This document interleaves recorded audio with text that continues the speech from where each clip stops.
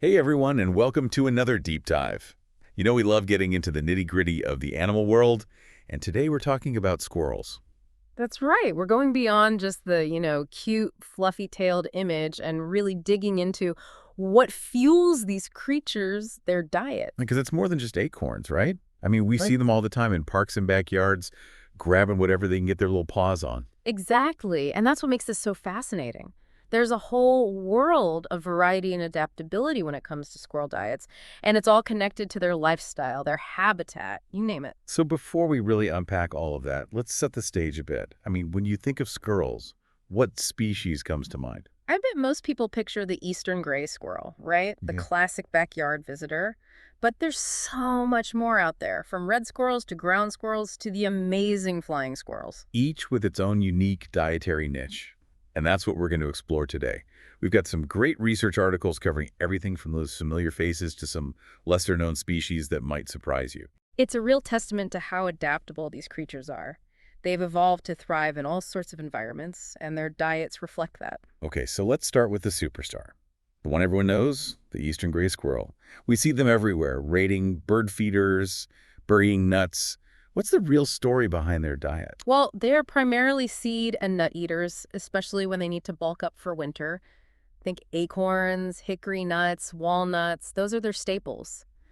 But they're not just passively waiting for those to fall, you know? I've definitely seen them nibbling on all kinds of things in my yard. Like they're not afraid to get creative with their meals. Exactly. They're opportunistic eaters. In spring, they'll munch on tree buds, and in summer, it's all about fruits and berries. And they're not above supplementing with insects, bird eggs, even small amphibians if they can catch them. Wow, that's not the image I had of a cute, fluffy squirrel. Ah. So they're a bit more adaptable than we give them credit for. What about their red-headed cousins, the red squirrels? I always see them zipping around in the pine trees. Ugh, the red squirrels. They've carved out a niche for themselves as conifer seed specialists. Pine cones are their bread and butter, especially in those dense forests where they live. But pine cones are tough. How do they even get to the seeds? They're incredibly efficient with those strong jaws and sharp teeth, specifically adapted for tearing apart pine cones and extracting the seeds. Like tiny lumberjacks with built-in nutcrackers. And here's a fun fact. They can actually digest those conifer seeds before they're fully ripe, giving them a big advantage over other seed-eating animals who have to wait. Talk about maximizing your Yeah. resources. That's brilliant. But it's not just conifer seeds, right? I've read they also have a taste for fungi. Yes, they do eat fungi buzz, even tree bark sometimes. Yeah. And here's something that always catches my eye. Red squirrels actually dry mushrooms before storing them. Really? Why would they do that? Seems like a lot of extra work. It's a behavior that researchers are still trying to fully understand. Some theories suggest it helps preserve them longer, reduces toxins, or concentrates the flavor. We're not entirely sure, but it's definitely a clever adaptation. So red squirrels, conifer, connoisseurs, with a penchant for dried mushrooms. Okay, let's move on to another favorite, the fox squirrel. I know they're bigger than the other two, but what about their diet? Fox squirrels are the ultimate adaptable eaters. Their diet can vary quite a bit depending on where they live and what's available. So different regions, different menus. It's like they have regional specialties. Precisely. In some areas, they might focus on hickory nuts, while in others, they might go for osage, orange fruits, or even corn. They really take advantage of what nature provides. I've even seen pictures of them stripping bark off trees. What's that all about? That's thought to be related to their need for sodium. The sap flowing in trees during certain seasons is higher in sodium, and stripping the bark allows them to get to it. So it's like their version of a salt lick. Interesting. So far, you've been talking about tree squirrels. What about those that live down on the ground? Are their diets completely different? Ground squirrels are a whole other world when it comes to diet. They tend to be more herbivorous than tree squirrels, but even within this group, there's tons of variation. So more grasses and seeds and less nuts. Exactly. Many ground squirrel species rely heavily on caching, storing large quantities of seeds and other plant matter in their burrows to get through lean times. But there's one species that really stands out, the 13-lined ground squirrel. What's so unique about their diet? Their diet consists of at least 50% animal matter. They're practically carnivores, which is pretty unusual for a squirrel. Whoa, that's wild. What kind of animals are we talking about? Think grasshoppers, beetles, caterpillars, even small vertebrates like mice and other ground squirrels. So they're like miniature predators. Yeah. Wow. It seems like ground squirrels are even more diverse in their diets than their tree-dwelling relatives. They definitely are. Take the Mojave ground squirrel, for example. They live in the desert, and their diet actually shifts based on rainfall patterns. They've adapted to make the most of whatever plants are available, depending on the moisture in the soil. It's like they're dietary chameleons, changing their menus based on the weather. Hmm. Okay, we've covered tree squirrels and ground squirrels. What's left? Don't tell me they're underwater squirrels. Not underwater, but we do have the amazing flying squirrels. These nocturnal acrobats have a diet that sets them apart from all the others we've talked about. Now I'm intrigued. What makes their diet so different? While they do eat nuts and seeds like other squirrels, a key part of their diet is fungi. Fungi, like mushrooms. Yes, especially truffles. Truffles are packed with the nutrients, particularly vitamin D, which is essential for these night-dwelling creatures who don't get much sunlight. Makes sense. But they don't just live on mushrooms, do they? They also incorporate insects, bird eggs, and even small mammals into their diet. So they're like tiny winged predators gliding through the night in search of tasty morsels. Yeah. It's incredible how these different squirrel species have evolved such specialized diets. It really all comes down to adapting to their ecological niche. Their diet is a direct reflection of where they live, the resources available, and the challenges they face. For instance, northern and southern flying squirrels actually have distinct dietary differences based on their geographic locations. Okay, so we've covered a lot of ground here, literally. What's the key takeaway for our listeners so far? The key takeaway is that squirrel diets are incredibly diverse and intricately linked to their lifestyle and habitat. From the familiar eastern gray squirrel to the more specialized flying squirrels, each species has evolved to exploit a particular set of food resources and adapt to its environment. The next time we see a squirrel scampering around, we should try to consider what it might be eating based on where it lives and what's available to it. Exactly. Pay attention to the trees, the plants, the potential prey. You'll start to see squirrels in a whole new light, appreciating their resourcefulness and adaptability. We actually have a fascinating table in one of our sources that breaks down the key dietary differences across various squirrel species. That's a great resource to refer to. We'll definitely have to dive into that in more detail later on. Absolutely. It really highlights the incredible range of dietary strategies these creatures have evolved. Well, we've certainly whetted our appetites for squirrel knowledge. But before we get too carried away with all this talk about food, I think we need a quick break. What? We'll be back with more fascinating insights into the world of squirrel diets in part 2. Stay tuned, folks. We've got plenty more to explore. Welcome back to our squirrel diet deep dive. I'm excited to pick up where we left off. Me too. We were just starting to get into some of the specifics of how these different species eat, and it's fascinating stuff. Remember that table we mentioned earlier?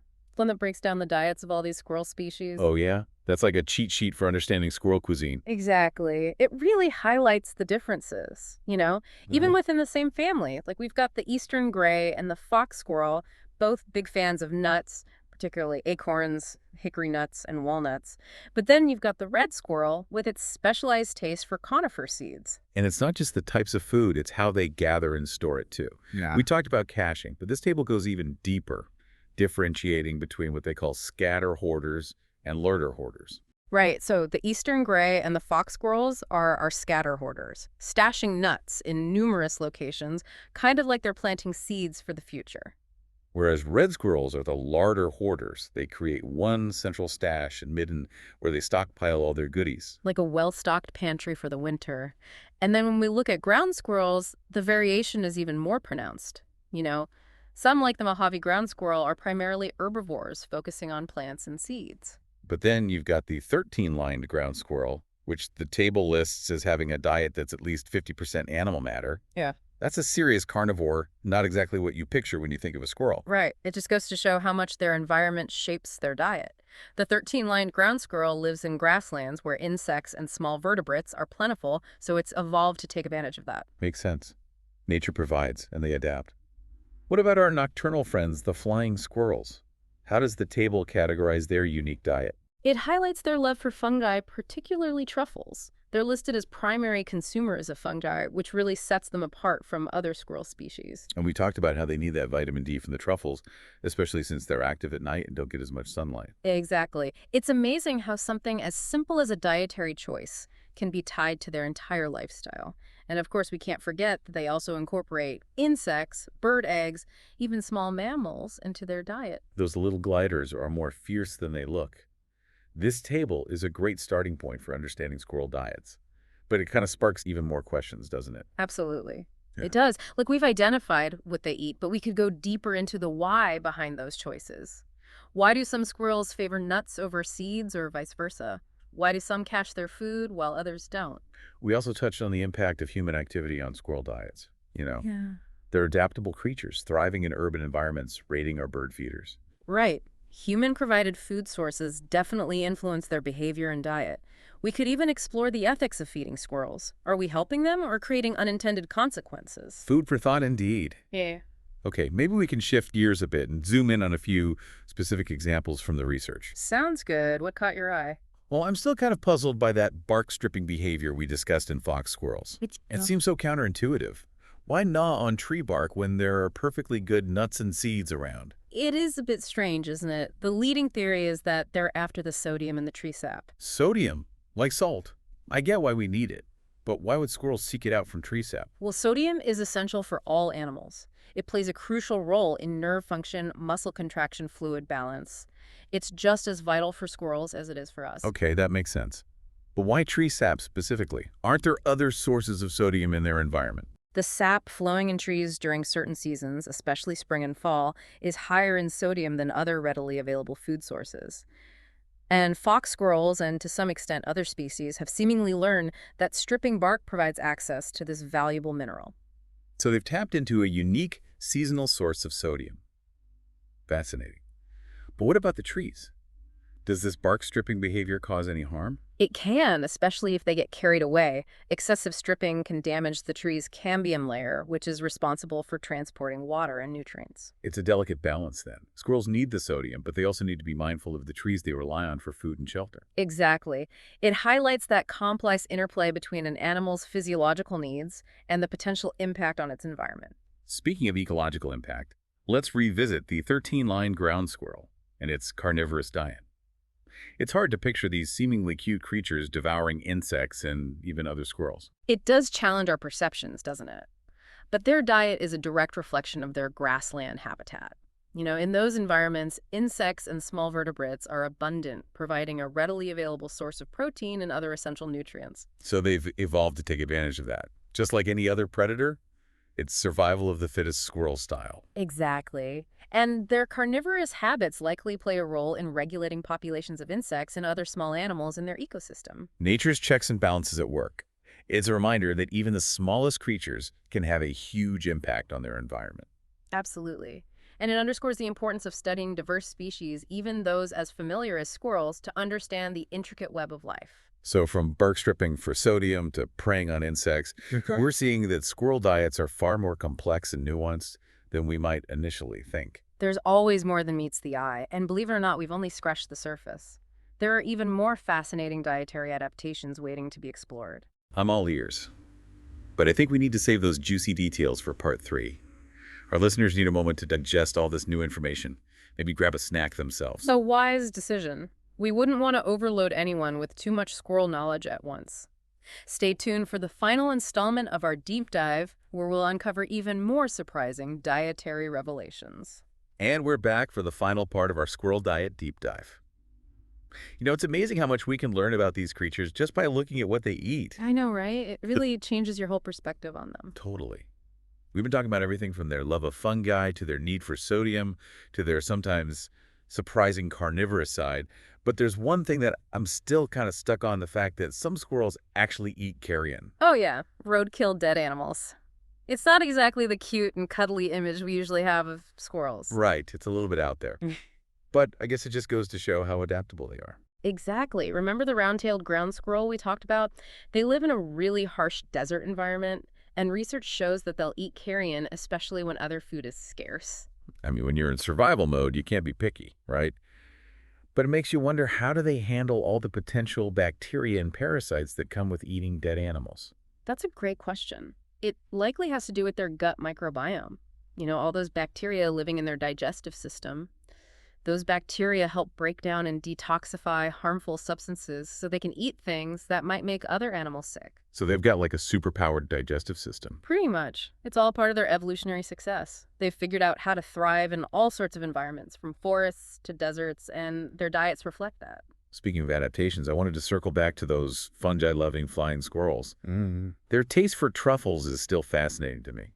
Yeah, truffles are a nutritional goldmine, especially for those nocturnal animals. They're packed with vitamin D, which is so important since they don't get much sunlight. And finding truffles isn't easy. They're underground, often near tree roots. How do the squirrels even locate them? They have an amazing sense of smell. That's their secret weapon. Their noses can detect truffles even beneath the soil, and their strong claws help them dig them up. So they're like little truffle pigs gliding through the forest, sniffing out these hidden treasures. Exactly. And their love for truffles actually has a positive ecological impact. When they eat the truffles and then, well, deposit their droppings, they spread the fungal spores, which helps the fungi disperse and keep the forest ecosystem healthy. It's amazing how these seemingly simple dietary choices can have such a big impact on the environment. It Yeah. really shows how connected everything is. Absolutely. Each species, no matter how small, plays a role in the balance of nature. And by understanding their diets, we gain a deeper understanding and appreciation for that complexity. So as we wrap up our squirrel diet deep dive, what's the main takeaway for our listeners? What should they remember? I'd say the biggest takeaway is that squirrels are far more than just those cute acorn-munching visitors in our backyards. They're incredibly adaptable, resourceful, and their diets are more diverse than we might think. From bark stripping for sodium to preying on insects to even eating carrion, their eating habits are a window into their unique adaptations and their roles in the ecosystem. It's a good reminder to never underestimate the power of a squirrel. And hopefully this deep dive has inspired our listeners to pay closer attention to the squirrels in their own neighborhoods. I hope so too. There's always something new to learn about these fascinating creatures, and as we've seen, their diets are a great place to start. Well, that concludes our squirrel diet deep dive. We hope you've enjoyed this journey into the world of these amazing creatures. Thanks for joining us, and until next time, keep exploring the wonders of the natural world.